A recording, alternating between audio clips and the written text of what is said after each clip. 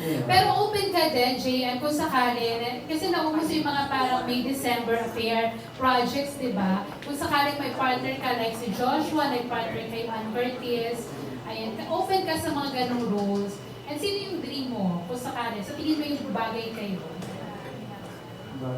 Bagay kami ni Carl Jordan talaga. Kaya ka natatanong kung willing ka mag-BL eh. Hindi, marami lang ako na-idolize na actor. Kung maging open naman ako sa gano'n. Si Mansion lang din ako talaga yun. As an actor, syempre kailangan ko maging open sa mga ganong klase ng proyekto. Kasi iba't ibang learnings pa yun, iba't ibang project, iba't ibang learnings na makukuha ko. Pero ano, gaya ko na sinabi ko, kailangan ko hingin yung saloobin yung patungkol sa ganong klase ng proyekto. And vice versa, ganun din naman yung siguro gagawin. Grabe, parang gusto kong isipin si Piang ang manager. Charot! Joke lang, JM. Good luck! Thank you po! Thank you, Miss Janice Navito of Bulgar! At alam mo, isa to sa mga most viewed natin na episodes. So dami talaga nanonood sa live stream ngayon. So babasahin ko lang yung ilan sa mga nababasa kong comments. Kaya na ba ako nagbabasa, nag-enjoy ako magbasa ng comments nila. Sabi, kanina may all caps siya. Asan na yun? Sabi niya, grabe naman ang tanungan. Oo nga eh. Help pala, oo. Asa na yun? Meron pa. Ay, nagsabi ng grabe yung mga tanungan si Kim Tan. Sabi ni Etchipare John Martin, support pa rin kami sa inyong dalawa kahit solo or kayo ni Fiang. Oh, that's also what we want to hear, syempre. Sabi ni Kim Tan, sana all nami-miss. Ay! Ano pa ba? So, syempre, ang dami yung tinutuksungan ng Ingrid Garaw. Oo. Ano pa ba yung mga sinasabi nila? Sabi ni Irel Banuyot, grabe, saludo na talaga ako sa'yo, JM. Woo! Sabi ni Miss Marbs, magpaalam ka rin sa amin, JM, ha? Ha? Mukhang dami kong kailangan pagpaalam. Ang dami, ang dami.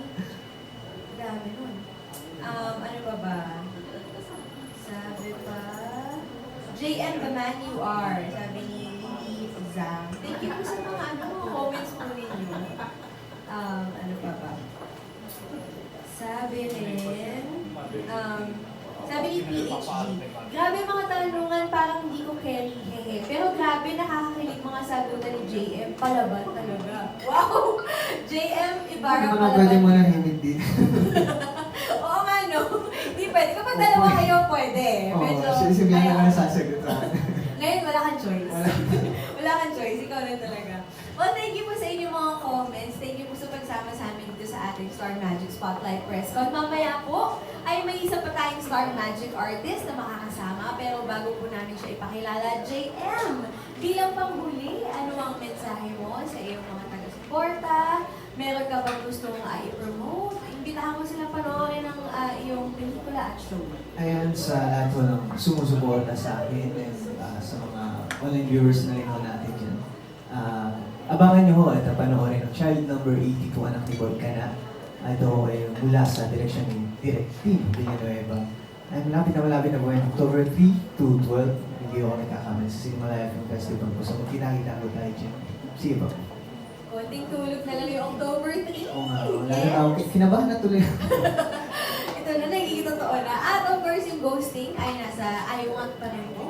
Pwede niyo pong panood yan for free. Yes. And where can they follow you online, JM? Para sa mga hindi pa nakafollow sa iyo.